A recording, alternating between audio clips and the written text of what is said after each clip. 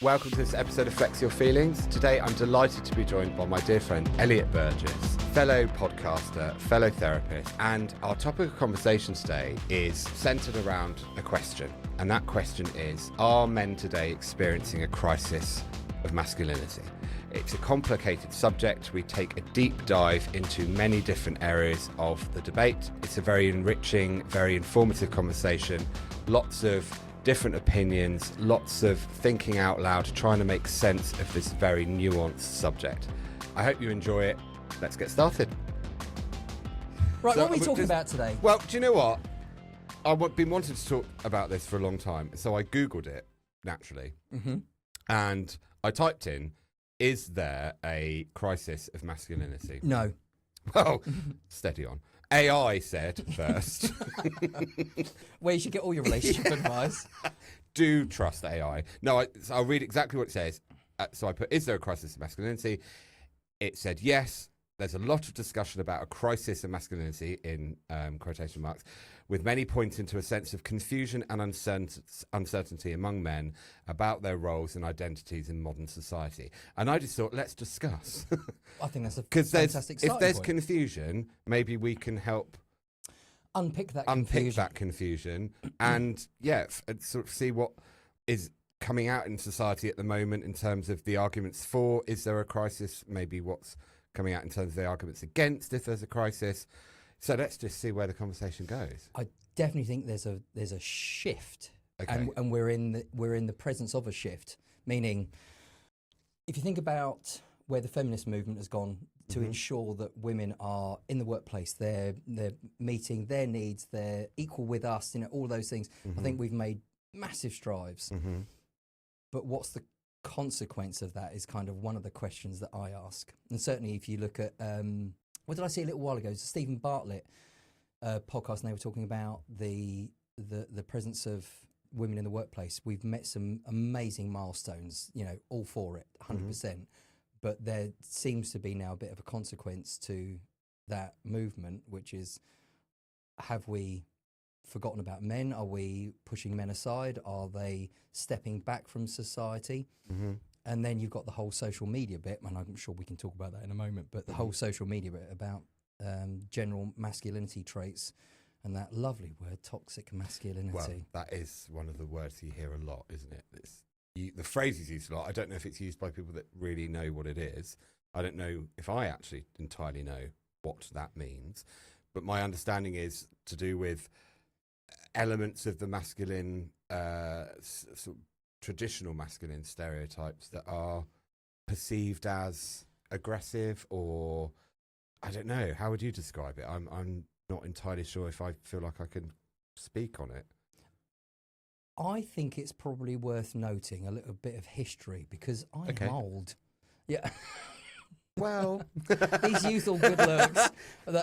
I love a bit of history. Let's dive in. Well, if I cast back to when I was 15 to 17 years old.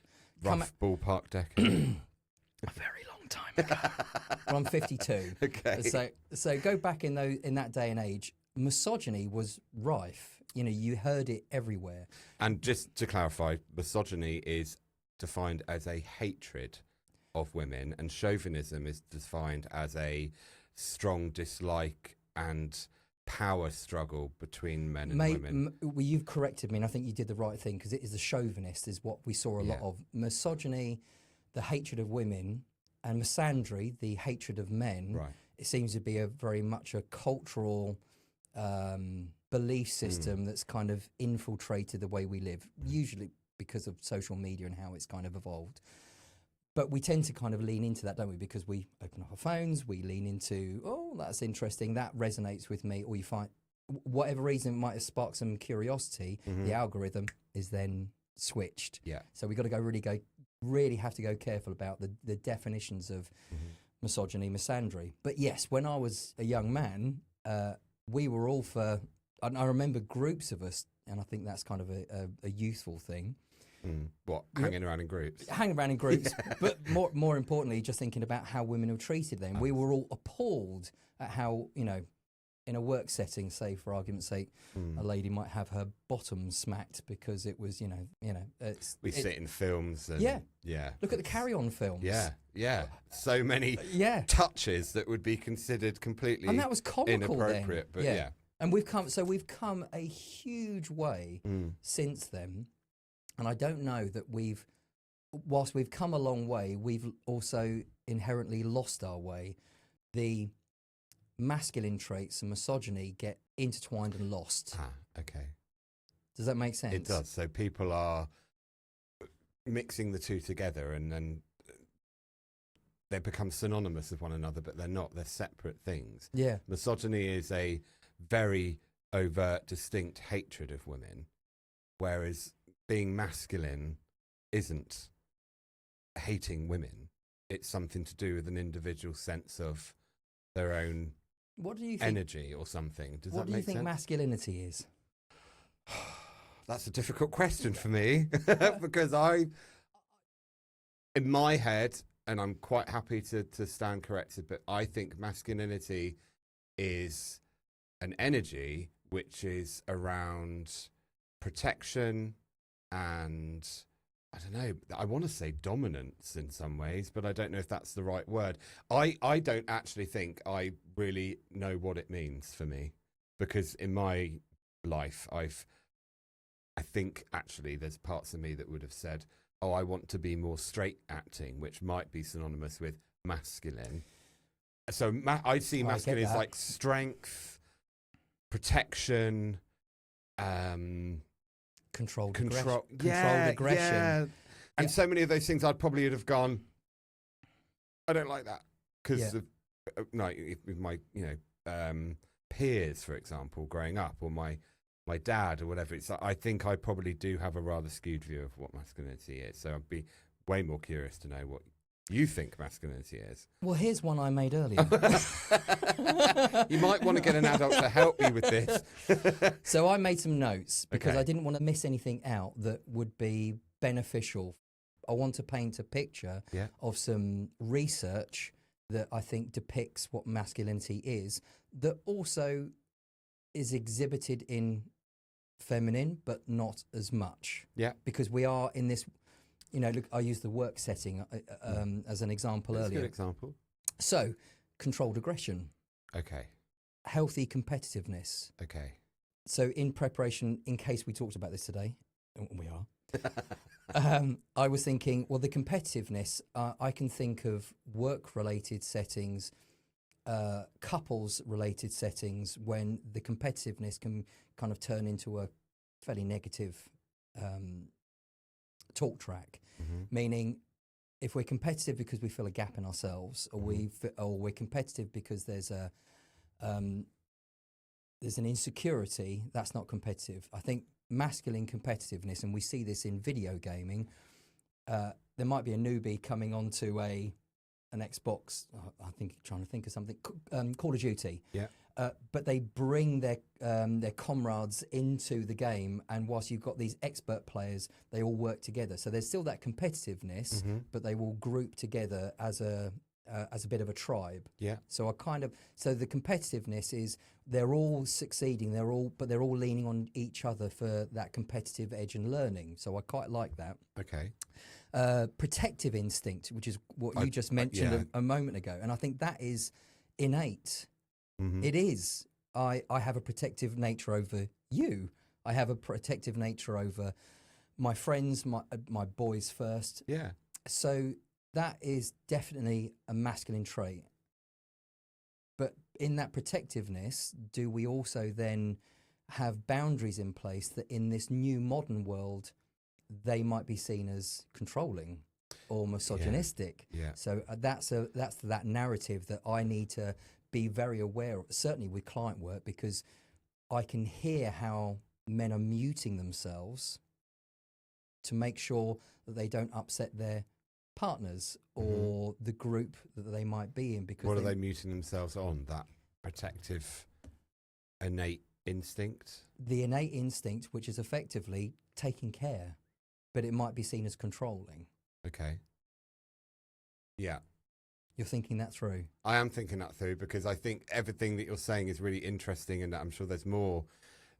It's so much like you said earlier about definitions and also context. And if you change the definitions and you change the context, and that's what's happened, I think, in social media, we're seeing those very subtle changes over a course of time.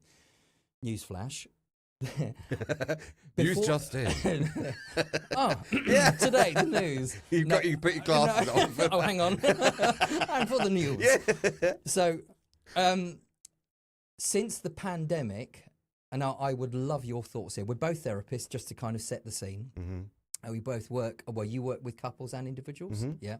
I work with individuals, soon to be couples, hopefully qualified in September. So I'm still in transit, I know.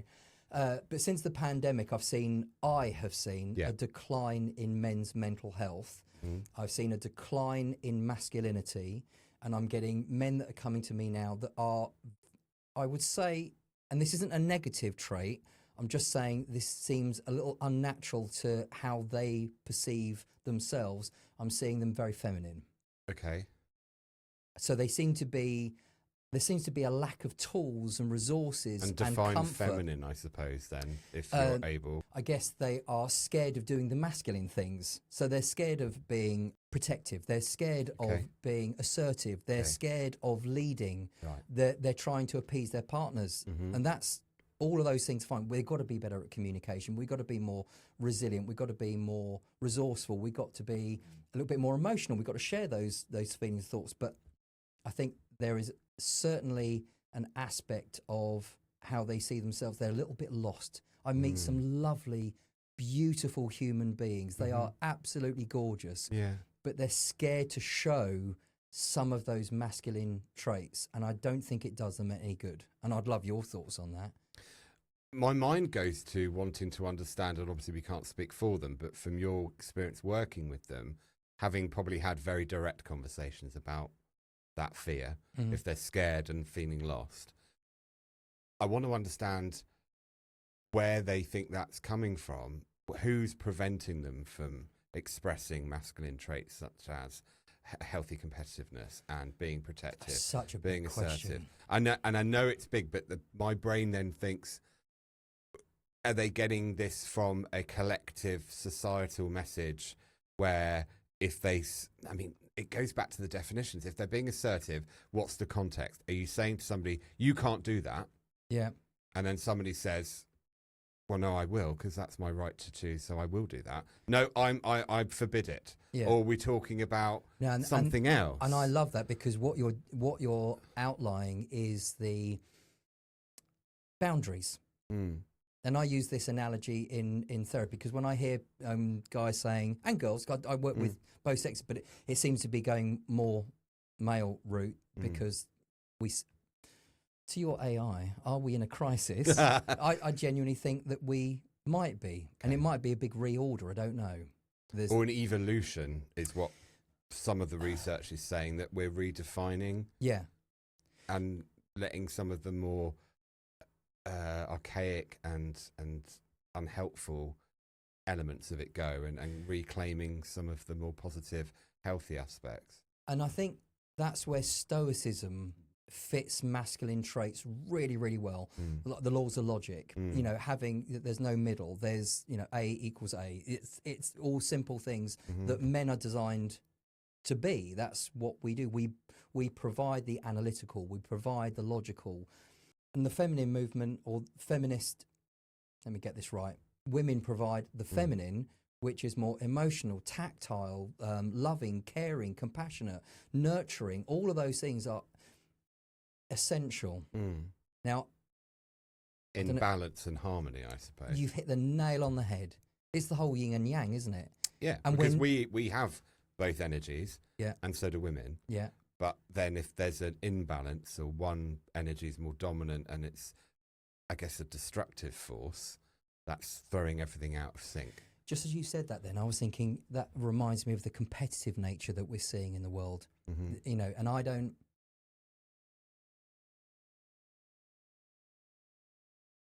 restricting myself as I'm saying this, because I've just had a thought. Okay. We have to be really, really mindful and conscientious of an algorithm.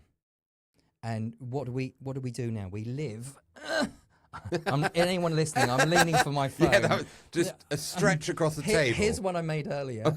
So, hang on. But the nature of the algorithm is dramatic. So I do believe that we are in a gender wars era that at some point should, I hope, even itself out. And we should be careful of the algorithm because... So, because I'm in technology, so I know very much how this works, and we bake it into technologies. Mm-hmm. But the algorithm it has kind of a hierarchy of data. So if you're male, you'll be fed male-derived content. If you're an age group, you'll be provided age-related content. Now, from that point, your demographic, where you live in the world, your cultural background, your interests, the things that you like, the things that you even pause. So, just to give you an idea about your phone, if you're scrolling through and you stop, that is classed as a data point. Crafty buggers. It's crafty. It is. So then, if you swipe right, then you've just confirmed your interest. Now, here's the interesting bit, is whether we like something and then I share it with you. God, I'm appalled at this. Or, look at this cat video, it's amazing. Don't ever send me one. Noted. Instantly deleted. Blocked, I would say. Sorry, who are you? I can only see one tick and his photo's disappeared. Hello. But essentially, that data is being collated. Right. And I think that was a really good illustration. Yeah. We don't fully understand that the algorithm doesn't understand what we've actually liked or we've had a curiosity over.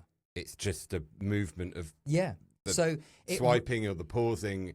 It's not in our psyche per se. It's just going on the technological bit of it. Is that what you mean? Yeah, exactly. And just think about the negative sides of that for just 1 second. No, I'll give you 10 seconds. So just think of that's all right. I'm good like that. So you could be absolutely appalled at a pimple popping. I know. But why did you pick the most horrific example there? And the reason why I choose it is because what do you get after that? Pimple popping. Fucking things won't go away. Yeah. Yeah. Yeah. You don't like it. So, but the algorithm still shows you it. Correct. Okay. So that's what happens globally, and so it picks up the narrative and says, James, you love pimple popping, so we're going to now and then those no, I don't know why I'm covering my phone. I'm like, shh, no listening. Well, it does. Oh God, I'm going to get some awful videos. I learned something new a little while ago, and it was about a year ago, to be absolutely honest with you. If you've got the app, your microphone's open, so it is listening to that. So if you say cat food, cat food, cat food, cat food, you will get adverts on cat food or pimple popping. And so will I now, because I've said it too much. Well, at least we can be miserable together. But the reality of it is your microphone's open. Yeah. So you'll get that narrative, and that's what's happening from a male, female, masculine, feminine perspective. We're being fed a narrative, not because it's right or wrong, because the algorithms think that's what you are interested in. And so just to summarize, what you're saying is that it has a huge influence on individuals when they're trying to make sense of the world and how they fit into it. Yeah. That even though they're, the algorithm will be sending them this information because they've, scrolled past it or said about it or something, that it's sort of drip into their psyche, and it's not helpful to be given such black and white information, perhaps, or to have the I don't know. It's a limited view of the world. Limited view. Whereas we know it's much more nuanced, much more about context. We've got to be careful not to overgeneralize. Yeah, it's basically insidiously infiltrating it is insidious. Our sense of self. I guess if you like cat videos, great, you'll get lots, and you'll be rewarded with dopamine. Yeah? Yeah. But it's not real. The world is not real through this. And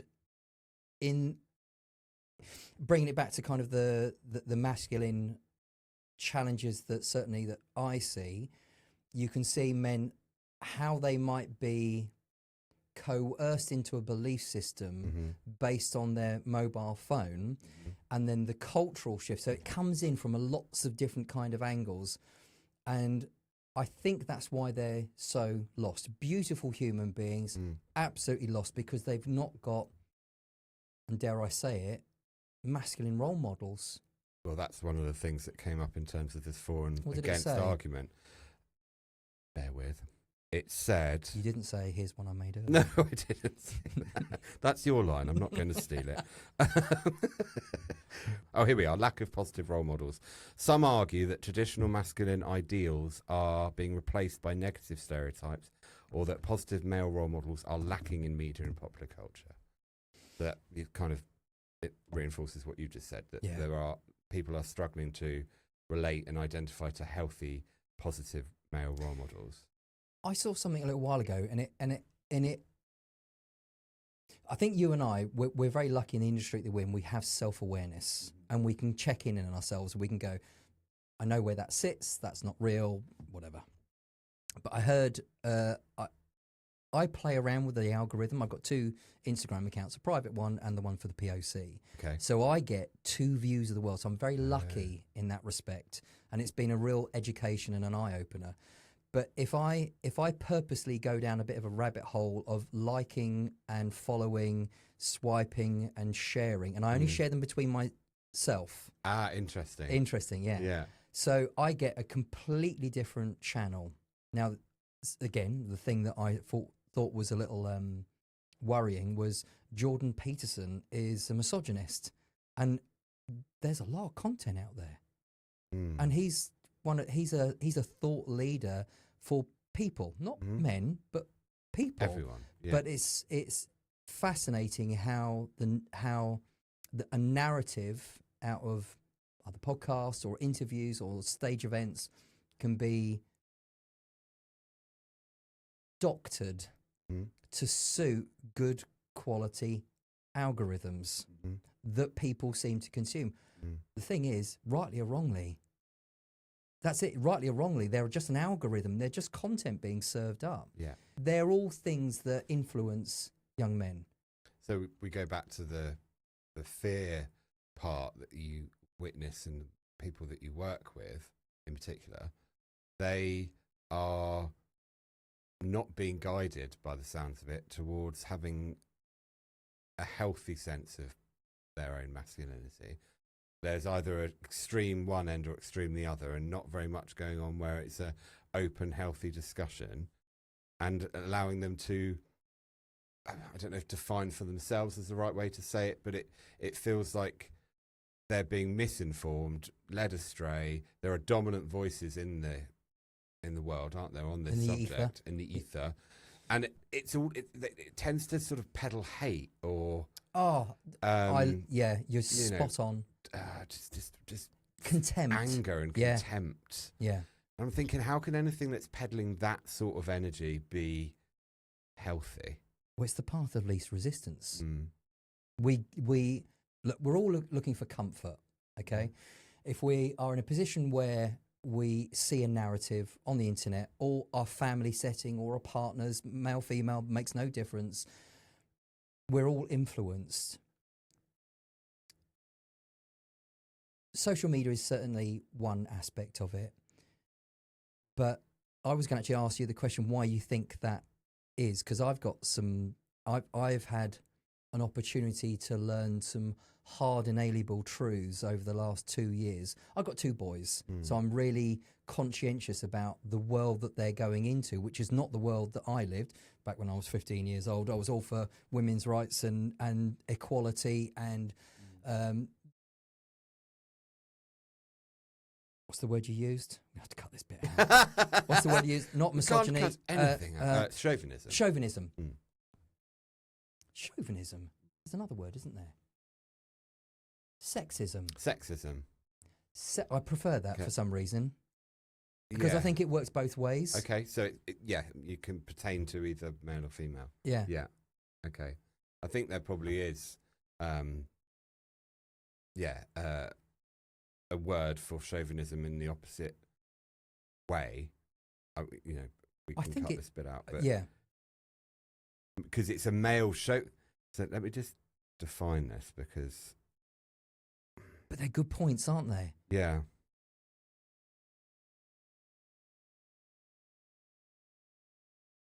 So the actual definition is displaying excessive or prejudiced support for one's own cause or group, in particular showing male prejudice against women.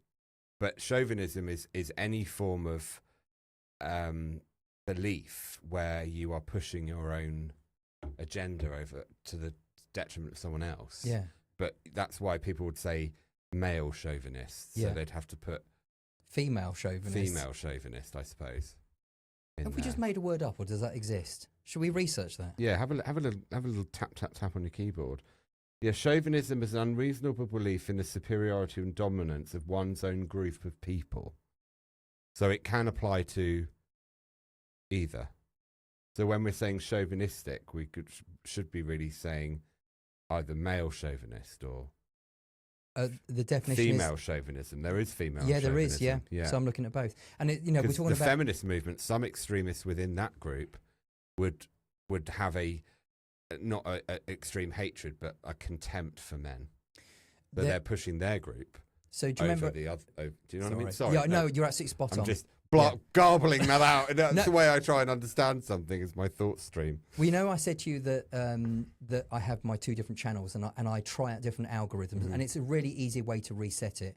You just start liking. You search for something, you start liking it, you can reset your algorithm. And I was curious about the misandric movement that seems to be increasing in popularity. And I'm not saying that it's a choice. I think it's we collectively have created the problem. I think we're doing women a disjustice. We're doing men a service. We are, from a society perspective, we've lost community, we've lost neighbours, we've lost families. Some of my drivers are making sure that I've got a happy family and two boys, and I want nothing more to have that kind of hierarchy of our family, which involves a lady and a man and children. In your archetype. Yeah. But I think it's a good benchmark. Now, I know there can be lots of permutations. You would be an amazing dad.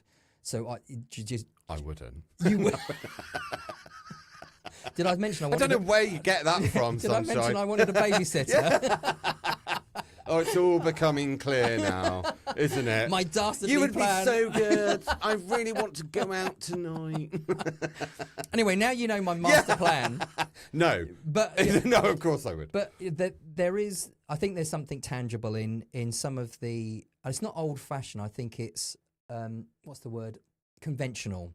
That still works really well in this day and age. And actually, I think we're leaning into it. We need some of the conventional back, some of the community, loving your neighbour. I agree wholeheartedly with the community aspect. I think we need to stop living in such an individualistic way, in such an isolated way. I mean, it takes a village, people. Get it? Yeah, I do. Oh, that's it. It's not funny enough, though, James, is it? Come up with better material. Do you want me to stand up and do the YMCA dance? Just do a little one. I've lost my train of thought. So basically, it takes a village. It does take a village, and that is, I agree. But I think we're surpassing and evolving beyond, perhaps, the gender elements in some ways, but in other ways, we are allowed to be different, and it's okay to be different. We don't all want to be the same. I think we're growing, and I think we're becoming more acceptable. The diversity is becoming more normalised. That I'm 100% behind. But it's not in spite of what has worked. Just as well as it should be. It should be incumbent of my view. And I think if and I was going to ask you that question. So why men might feel less masculine? I was going to pose the question. From something you said about 3 to 5 minutes ago. Can you remember the talk track? Okay. So what I was going to say, but just thinking about that, how are things changing? How are men becoming emasculated? How do they believe that they become emasculated? So social media was one of those aspects that I think I brought into the equation. There is a definite cultural shift about this men v women, the war of the sexes, which I think is, you can hear it in conversation, which I think is a crying shame, because we are perfect together. We truly are perfect together. But I also think that there's more of an educational side of it, which I've only been made aware of in the last 12 to 18 months. And I'm going to gloss over this very quickly because I don't want to get into political, but it is a worrying trend. And I think we hit a peak. What's the worrying trend? Which I'll... Oh. I'm coming to. Just hold I'm on. I'm so sorry. That's all right. I was thinking, have I missed it? No, I didn't say it. I'm getting there. Yeah. Let's backpedal and get this right. So we're seeing the kind of this DEI across every aspect of NHS, government, and now schools.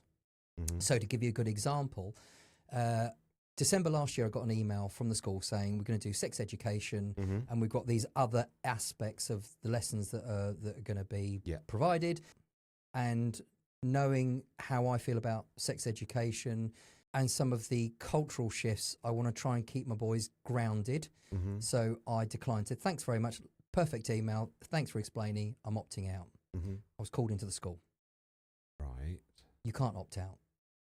Okay. But your email says, and I've got it, we've got months worth of back and forth and meetings with the school. Very long story short, a few meetings, one-to-one with the head of year for sex education, and this is really important, otherwise it makes it a completely moot point. It is... Willing you to get there. Ah, so am I. Life sciences. Oh. Sounds quite innocuous, right? I said, I'd love to learn a little bit more about the life sciences. They gave me a PowerPoint presentation. This is what we're going to be teaching your son. Okay. So at the age of 13, girls will be taught women's rights and the feminist movement, and boys are being taught misogyny, how to not be misogynist. Right. So women are being taught women's empowerment and to be... Strong, independent women, but men are taught to... But they're not being taught how to be strong, independent men. They're just being taught how to not be. But they're not... Well, no, we know misogyny is the hatred of women. Yeah. And that is, I think, one of the catalysts within what I'm seeing in men now. They don't know how to be because they're being told at school you can't be misogynistic. But essentially, most of those misogynistic traits are masculine traits. We should embellish those masculine traits and we should lean into those masculine traits because ultimately men and women need to work together. There's that perfect unity. Yeah. I suppose what I'm thinking is that it's all a bit... The definitions are skewed. Teaching somebody not to be a misogynist, if you take the purest definition of misogyny, which is a distinct hatred of women. And that is not in their curriculum. They've called it misogyny and they're showing masculine traits. So that's why people are then saying, well, if you so what I'm trying to make sense of in this moment is, if they're being told, the language being used is, we're teaching you not to be misogynistic, but what we're actually teaching you is to don't embrace or celebrate any of your masculine qualities. They're missing it's a grave, dangerous road, because what they're making masculine traits then out to be is akin to hatred, which isn't the case. No one's teaching hate, but they're using that word misogyny to then encompass all masculine traits, if that's what I'm hearing, which then is clearly wrong in my view. Well, here's because you can't then link every single masculine trait to hatred. No, that's not true. No. That's fundamentally skewed. And we're seeing a bit of a, and I'm very grateful that we're having this conversation now, not a year ago, because I might have been a little bit more antsy, because I was genuinely concerned about what my sons are growing into a world when we should be protecting women, we should be supporting women, we should be elevating them to the best of their ability, we should be inclusive, all of these wonderful things, but I'm hearing something very different. So I went back to the school and I said, horrified at what you just showed me, and I took Lottie in with me, but told them from a charitable perspective of an organisation that I support or we support, what we should be teaching children, which is compassion, kindness, unconditional positive regard, just general good quality human skills that will transverse male, female. It makes no difference. Respect. So after going back and giving my findings, another email, spoke to the head a year again, he had actually put misandry into the course. He had replaced women's empowerment with misandry. So he's completely changed the year, I could be wrong here, I'm doing this on memory, 13, 14-year-old period where they're talking about the qualities of things you can and can't do. And he's slightly embellishing what masculine traits are. So I was blown over that a concerned parent, after 3 months of emails and meetings, had actually done something positive. So I came out feeling like it's a small win. If my purpose here is to look after people, men, women, but I'm seeing more of a masculine problem, if that is such a thing at the moment, or are we evolving? That's another debate, isn't it, really, I think? Yeah, not agree? no, of course. It's definitely complicated and not black and white. No, So- and I'm hearing that as I'm saying it. It's nice to actually have this conversation. I'm thinking it isn't as simple because we are evolving, we are moving to this new way of being. But how do we support men that have those innate feelings? Like, and you said it perfectly at the beginning: protection, yeah, being logical thinkers, Well, controlled competitiveness, yeah. Controlled aggression. We need to be aggressive. It's an important aspect of getting shit done. It doesn't mean that it's rage, which hurts people. We're being controlled.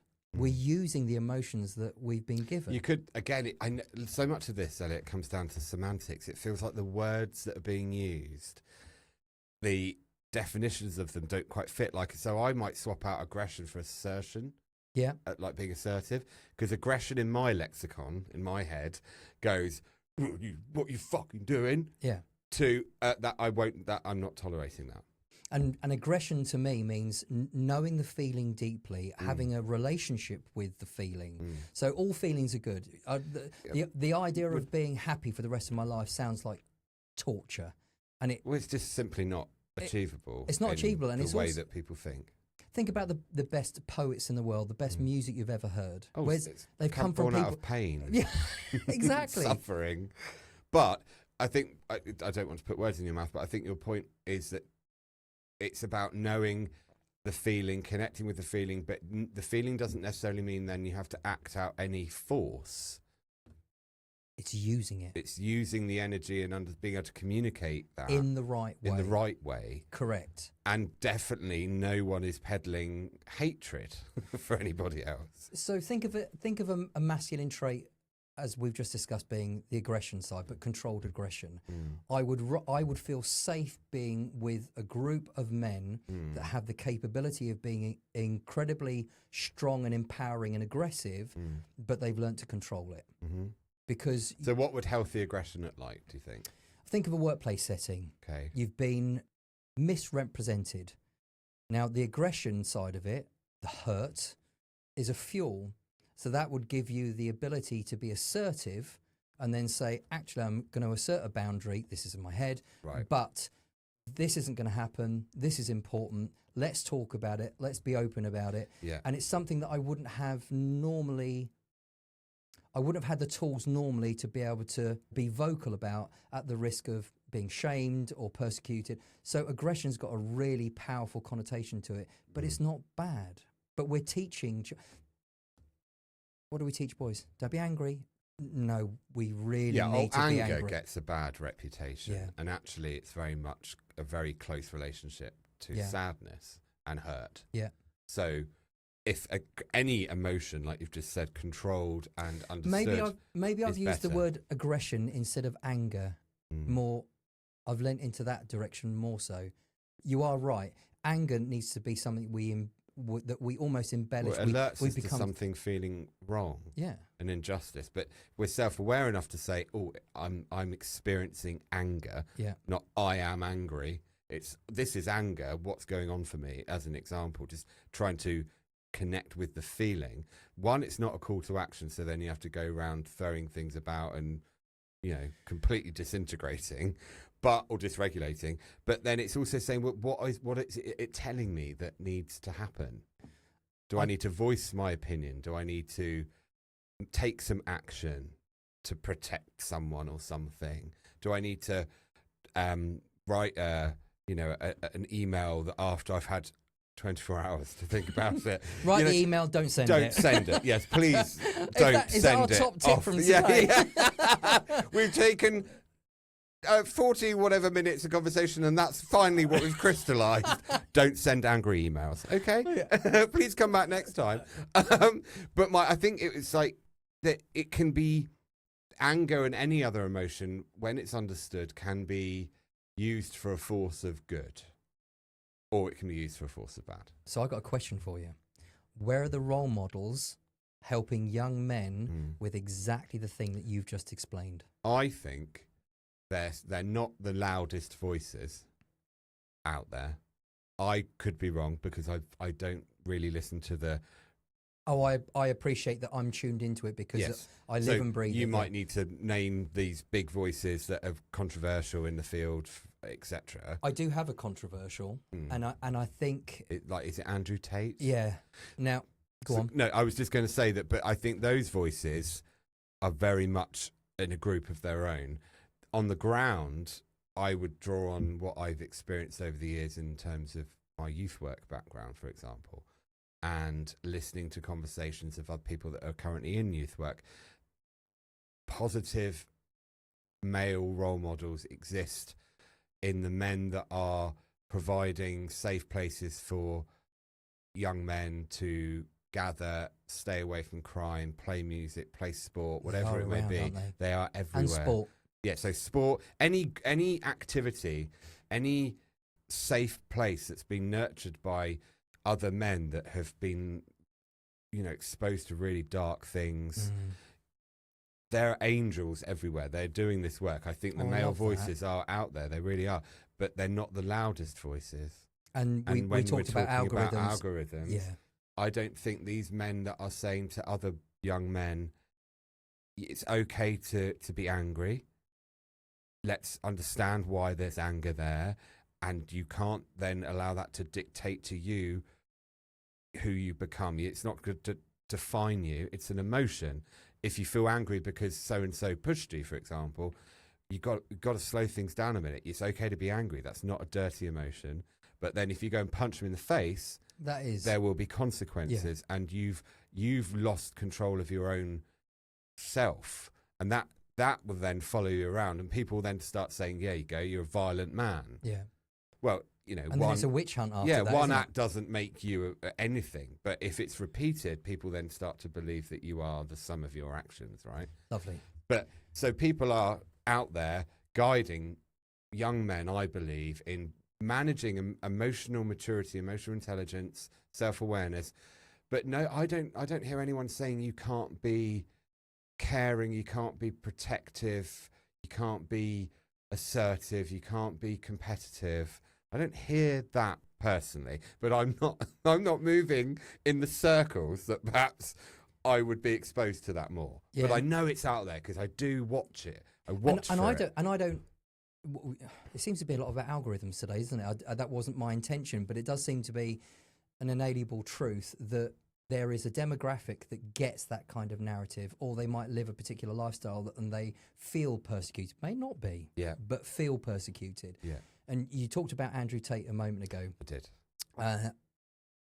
Client confidentiality in play here. I've got to be very careful, but I can think of three clients. One was a young lad of 15 years of age, but he liked Andrew Tate.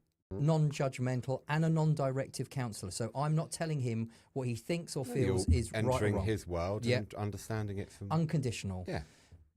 Is that he perceived Andrew Tate as that it's okay to be a man. That was his view. He had a lot of female influence in his world. No dad. It was I can't give too much away. Yeah, I get it. But he said that it was like a missing father figure. Yeah. Out of the 90% bad things that Andrew Tate says, there is a stoic side. Yeah. And there's also this, it's okay to be masculine. But then it goes back to what you were saying earlier. The definitions of misogyny, toxic masculinity, and masculinity are all converging into a really unhealthy channel that I do see day in, day out with client work.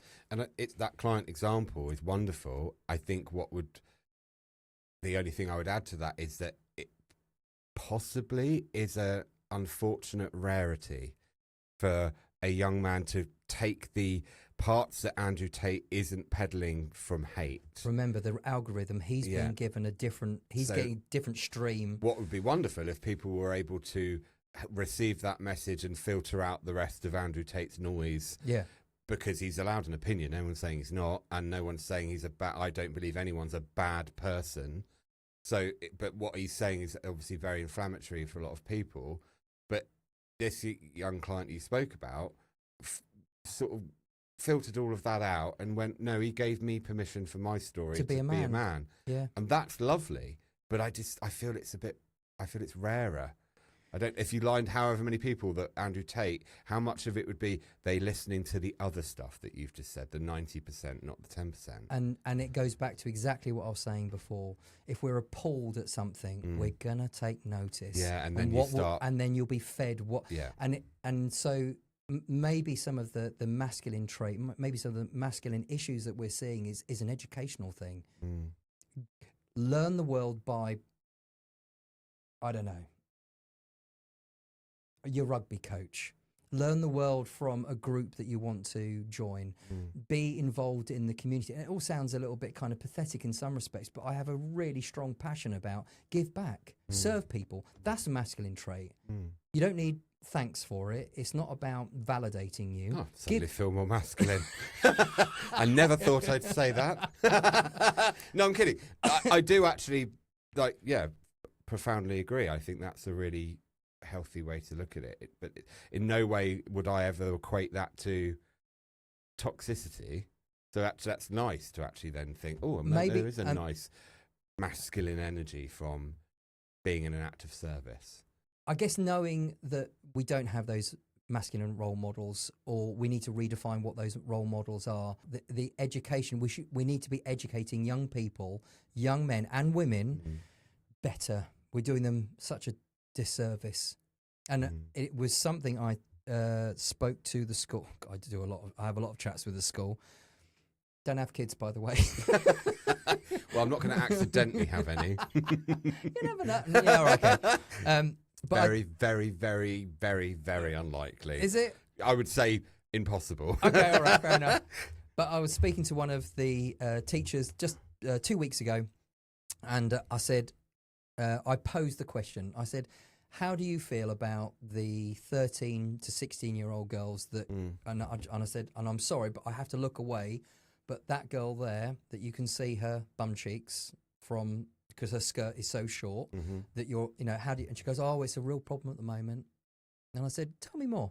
She goes, well, it's peer pressure. So, yeah, get that, peer pressure. They want to be attractive, they want to be liked, they don't want to miss out on what their friends are doing. Yeah. Get all that.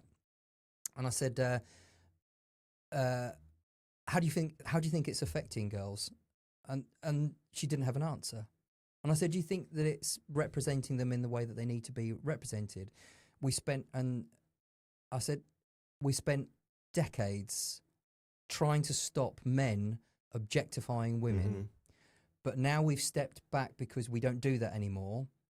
Women are now objectifying themselves. I said, we're doing something really wrong. We are doing children a disservice massively. And we've got a lack of role models. And I think it comes back to what I was trying to say before we lost our talk track. I lost my talk track. It's the whole educational bit. Yeah. There needs to be a little bit of a reconfiguration, and maybe the school, my local school, bringing in misandry in line with misogyny to talk about those that... Something in me is just going... like my heckles are going up like a cat. Like, But it's why are better- we even using those words? I know, but it's better than just alienating. Whose thoughts, baby, was, Yeah. let's talk about misogyny. And even though it was a breakthrough for you and then bringing in misandry, I get it. It's a little But step. my God, why are you even bothering?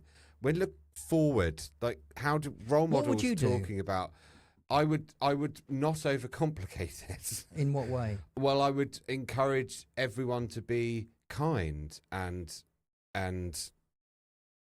encouraging of one another. It's not necessarily. I know that there's a part of being a teenager in particular where you are developing, transforming. So much is happening in your brain.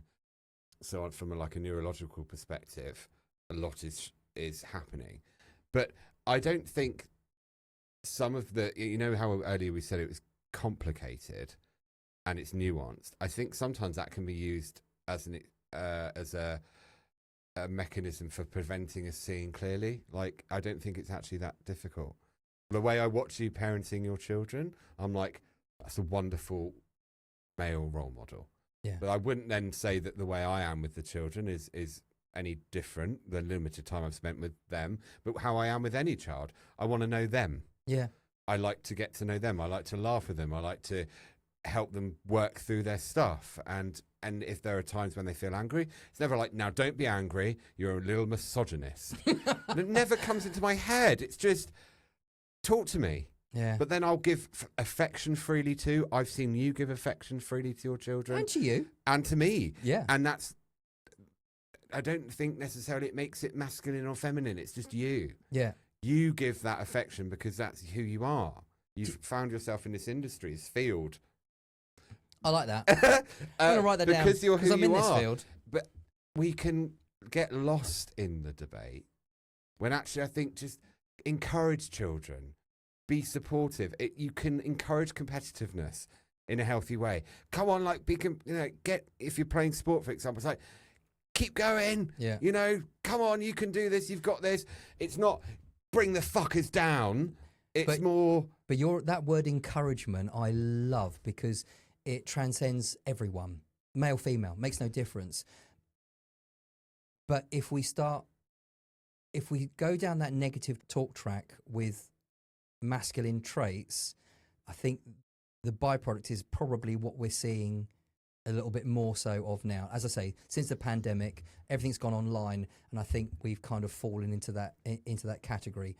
But you made me chuckle a minute ago because you were saying about how to be, and it almost feels like ABC level 2. Now, children. But do you see what I mean? Are you sitting comfortably? It's accepting people for what they are. It's not difficult. It's not difficult, yeah.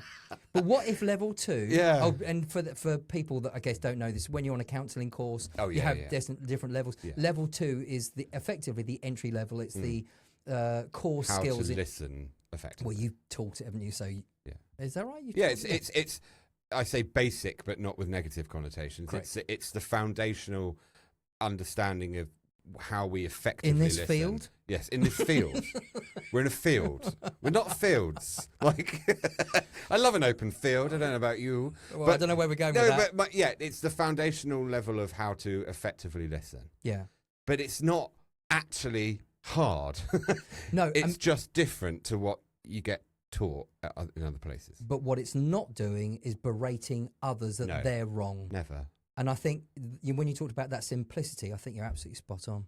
And part of me then thinks, there are going to be a lot of people out there that will obviously be so much invested in the debate. But there's this phrase that I've taken from some of my spiritual interests, and it's that complexity is of the ego.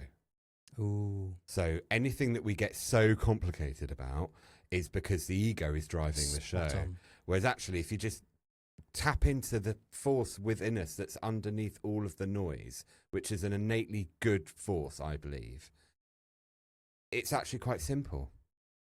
Care about one another, treat other people kindly with respect, don't violate people, don't be violent, don't, I guess you could say it sounds somewhat traditional in Christian terms or whatever, but it's just very simple. Be respectful, be kind, be compassionate, be caring, listen, learn, be curious. Where do I sign up? And to me, it never then. I think why I struggled at the beginning of the podcast of that I don't know how to define masculinity is because I don't think I use those metrics in my head. Yeah. I just say I'm me. Yeah. So I haven't had a crisis of maleness per se, but I have had a crisis of identity. Like, oh my God, am I going to be accepted? So you do understand So it's a different label It's almost. just a different label, so in different language. So if, the more I clear away the noise, or try and see clearly, I'm like, oh, it's that. It's the how do we find within ourselves the strength and the courage and the like for oneself and the self-belief, and we want to also encourage people to find that for themselves. Like community, we hold and lift each other up. But yeah, I've gone off on a big tangent. No, you haven't. I'm hoping the sentiment comes through. It's spot on. I couldn't say it better myself. You probably could. Let me rattle something out on AI. Let's just type in some synonyms on the thesaurus on the computer. Oh. But the essence is, and I know you said you've got a big problem. That's the word I'm not using because you said earlier. No, you can say it. I just can't say it. I love myself. Yeah. It's what, to me, it does boil down to is love. Yeah. When I see you being a positive role model to people, myself included, your children, all of the people I know, that's love. 100%. And there's nothing to be ashamed of to say that that's love. And when I'm listening to anyone and trying to see their innate humanness and their innate goodness, and even though I might not always agree with what they're saying, that's okay. Yeah. You don't have to go to war because you don't agree with someone. There's the secret. But that's the ego bit that you were just talking about. Stuff. Exactly. I'm like, well, it's different opinion. Yeah. But underneath there, everyone wants the same things, which is to be and it's innate in us. The organism itself. Did I tell you about the story about when I was doing one of my presentations in my counselling? And you said, did you say orgasmic, not organismic? I did. Oh, I see. That's such a beautiful moment. Yeah. I had, as soon as it came out. Let's talk about the orgasmic self. I'd have sat up. I'd have been like, ooh. Tell me more. I'm now taking notes. Is this tantric sex class? It was one. I tell you what, it made the room laugh, and I bet. it just made Bloody the whole Rogers. Why would he organismic? It made the rest of the presentation that much easier. Were you relaxed, I suppose? It was in the end. Yeah. I relaxed at the end. Funny. Yeah, I had no choice. My mind's gone off on a dirty tangent. Anyway, I can't remember where I agree with you. The role model thing, and I don't know how we're doing for time, but the role model thing, I think, like I said earlier, the people out there that are getting it right, but there are also people out there that aren't. Maybe it's up to us to elevate them. Reset your algorithm. Love and care for your neighbour. The one good thing that came out of the pandemic was everyone went for a walk every day, and they'd be kind to their neighbours, and there'd be less TV. And I think that was a nice little wake-up call, and I can't help but think that's something that... And how quickly it went away, I know, but it's choice, isn't it? Yeah, it is a choice. It's choice, and then it's discipline. And I think certainly a masculine trait is discipline. And if I would say anything as a bit of a key takeaway is be responsible, be disciplined, make friends, talk to other men, find a counsellor. It's not scary stuff. It's about finding a platform to be open and honest about the things that you either might be fearful of being or saying because at the risk of being persecuted or vilified. And finding that safe space to at least talk about it, and then you can find who you are, and maybe in the future you could love yourself. Yes. Well, let's just start with like yourself. Yeah, exactly.